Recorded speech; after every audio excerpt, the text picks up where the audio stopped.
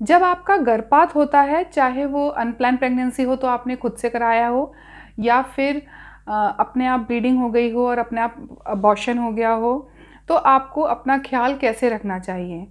Abortion चाहे तो पिल से हो या फिर सर्जिकल हो डीएनसी से, आपको अपना खास ख्याल रखना होता है, प्रिकॉशंस लेने पड़ते हैं। तो ये प्रिकॉशंस क्या हो लेने पड़ते हैं, आपको क्या टिप्स फॉलो करनी चाहिए, ये हम इस वीडियो में आपको बताएंगे।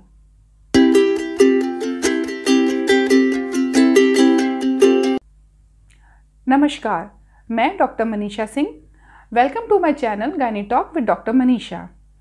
इस वीडियो में हम जानेंगे 10 ऐसे टिप्स जो आपको अपने गर्भपात के बाद फॉलो करनी चाहिए ताकि आप अपना ख्याल रख सकें। पहला प्रश्न अक्सर हर महिला का होता है कि अबॉर्शन के बाद उसको कितना रेस्ट लेना चाहिए। अगर आपका गर्भपात अपने आप से हो गया है या पिल से हुआ है और ब्लीडिंग हो रही है, तो ये ब्लीडिंग कम से कम हफ्ता 6-7 दिन 8 दिन चलती है। तो चूँकि इतनी लंबी ब्लीडिंग चलती है तो आपको थोड़ी सी कमज़ोरी महसूस होगी, थकान महसूस होगी। तो ऐसे केसेस में आपको कम से कम 8-10 दिन का रेस्ट चाहिए होता है। लेकिन अगर आपका गर्भपात सर्जिकल यानी डीएनसी से हुआ हो, जिसमें एक ही बार में सारा अबॉर्शन कंप्लीट हो जाता है और उसके बाद मिनिमल 4 से 5 दिन की नॉर्मल पीरियड्स जैसी ब्लीडिंग होती है, ऐसे केसेस में आपको ज़्यादा रेस्ट लेने की ज़रूरत नहीं पड़ती। जब आप घर आते हैं तो उस दिन आपको थोड़ा सा एनेस्थीसिया का इफ़ेक्ट हो सकता है, थोड़ा सा थकान, सेडेशन हो सकती है, लेकिन जब आप अगले दिन सोकर उठते हैं तो आप फ्रेश फील करेंगे। तो ऐसे केसेस में जब अबॉर्शन डीएनसी के द्वारा हुआ गया है तो आपको 1 दिन का रेस्ट काफ़ी होता है। हाँ, ये बात ज़रूर ध्यान रखिए कि ऐसा नहीं है कि 1 दिन का रेस्ट हो गया तो नेक्स्ट डे से आपने बहुत ज़्यादा फिज़िकल एक्टिविटी या भारी सामान उठाना या ऐसा कुछ करना शुरू कर दिया। थोड़ा सा आपको प्रिकॉशंस लेने की ज़रूरत है, लेकिन ऐसे पूरा बेड रेस्ट लेने की ज़रूरत नहीं है। सेकंड, अगर अबॉर्शन के कुछ दिन बाद तक भी आपको ऑफ एंड ऑन स्पॉटिंग या ब्लीडिंग या फिर आपके पेट में क्रैम्प्स हो रहे हों या आपको फीवर आ जाए, तो ये वो संकेत होते हैं कि आपके जो अबॉर्शन है वो कंप्लीट नहीं है, कुछ ना कुछ पीस अंदर यूट्रस में रह गया है। तो ऐसे अगर आपको सिम्टम्स हो रहे हैं तो अपने डॉक्टर से तुरंत संपर्क करिए, क्योंकि ये जो पीस है ये इन्फेक्शन का सोर्स हो सकता है। तो आपके यूट्रस में इन्फेक्शन हो सकता है, तो जल्दी से जल्दी अपने डॉक्टर से संपर्क करें। थर्ड पॉइंट है कि आपको अबॉर्शन के बाद अपनी डाइट का खास ख्याल रखना है।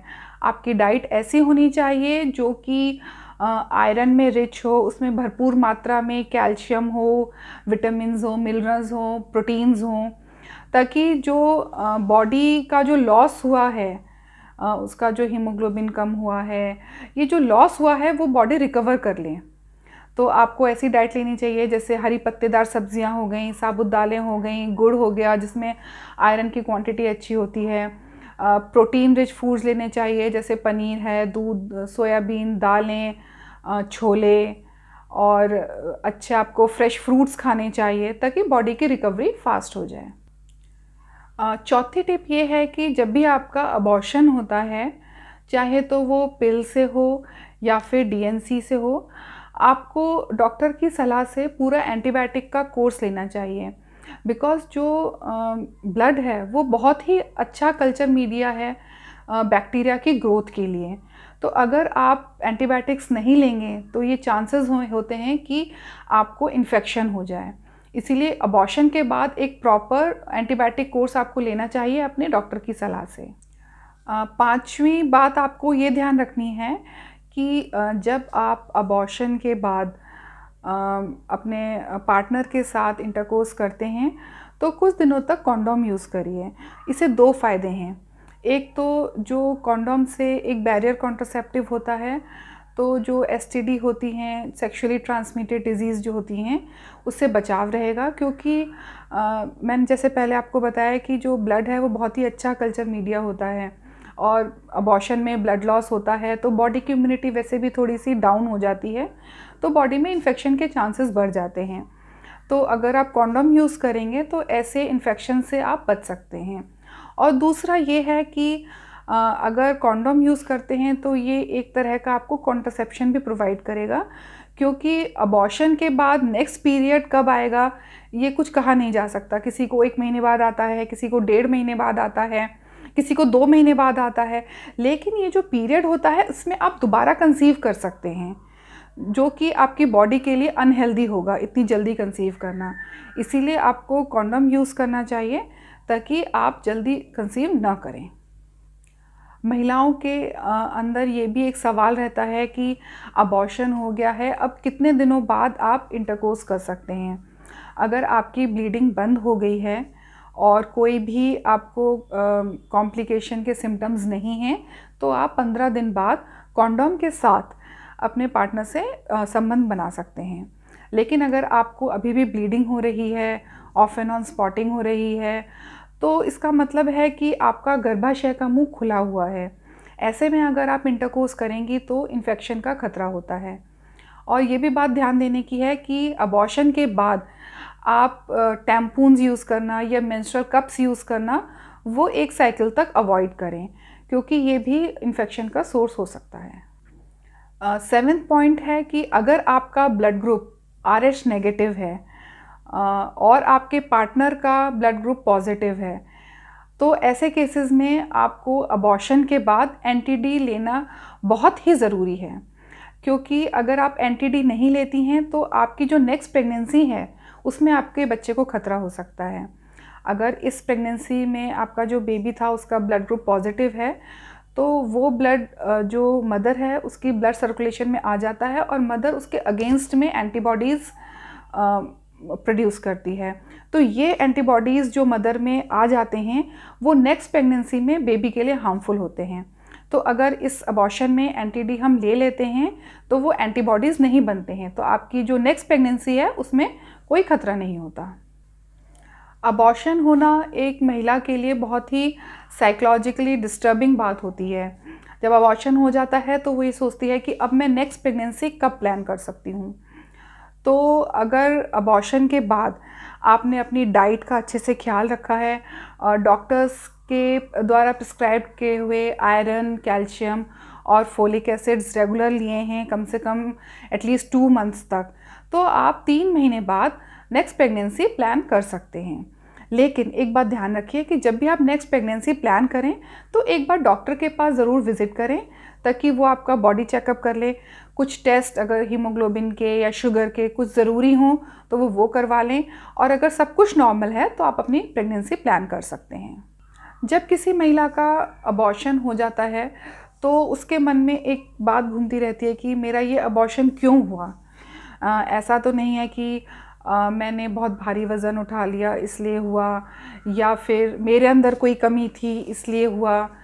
लेकिन ये देखा गया है कि जो पहली तिमाही के अबॉर्शंस होते हैं उसमें 70 से 80% केसेस में बेबी में ही कुछ जेनेटिक खराबी होती है, बेबी के क्रोमोसोम्स में ही कुछ जेनेटिक खराबी होती है। तो देखा गया ये नेचर का लॉ होता है कि चूँकि बेबी में कुछ जेनेटिक एबनॉर्मेलिटी है तो वो नेचर उसकी ग्रोथ को रोक दे और अबॉर्शन हो जाए। और 10 से 15% केसेस में अबॉर्शन होता है हार्मोनल डिस्टर्बेंस की वजह से।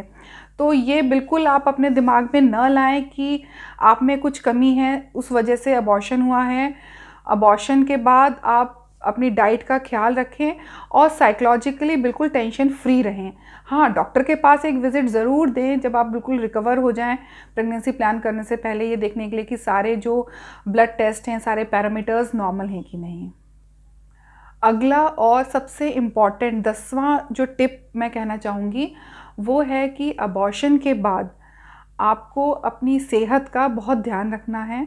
रेगुलर एक्सरसाइज करिए, अगर आप योगा या मेडिटेशन कर सकते हैं तो वो करिए, क्योंकि जो बॉडी में जो नेगेटिव एनर्जी है उसको निकाल के बॉडी में पॉजिटिव एनर्जी रखना बहुत ज़रूरी है, ताकि जो आपकी नेक्स्ट प्रेगनेंसी हो वो हेल्दी हो, उसमें कोई कॉम्प्लिकेशन नहीं आए। तो ये थे 10 टिप्स जो आपको फॉलो करनी चाहिए किसी भी अबॉर्शन के बाद। सबसे पहला तो आपको एंटीबायोटिक्स लेने चाहिए 5 डेज़ के लिए, जैसे कि आपको आपके डॉक्टर प्रिस्क्राइब करें। इंटरकोर्स कब करना चाहिए, कब नहीं करना चाहिए, कैसे करना चाहिए, ये मैंने आपको बता दिया। उसके बाद अगर ब्लड ग्रुप नेगेटिव है तो एंटी-डी लेना चाहिए। आपको अपनी डाइट का ध्यान रखना चाहिए।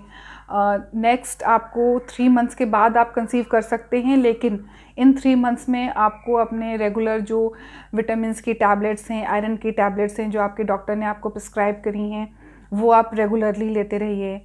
और कुछ ऐसी बातों का ध्यान रखिए जैसे मेडिटेशन, एक्सरसाइज।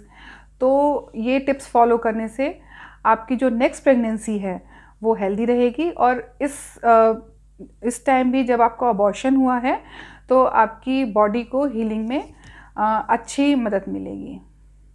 ये वीडियो मेरा आपको कैसा लगा मुझे ज़रूर बताइएगा। और अगर इस वीडियो को देख के आपके मन में कुछ सवाल हैं तो नीचे कमेंट बॉक्स में लिखिएगा, मैं उनका ज़रूर उत्तर दूंगी। और ऐसे ही प्रेगनेंसी रिलेटेड वीडियोस और गायनी रिलेटेड वीडियोस देखने के लिए मेरे चैनल को सब्सक्राइब करें, ताकि जब भी मैं कोई नया वीडियो डालूं तो आपके पास नोटिफिकेशन आ जाए और आप उसे देख सकें। मेरे इस वीडियो को लाइक करें, मेरे चैनल को सब्सक्राइब करें। Thank you.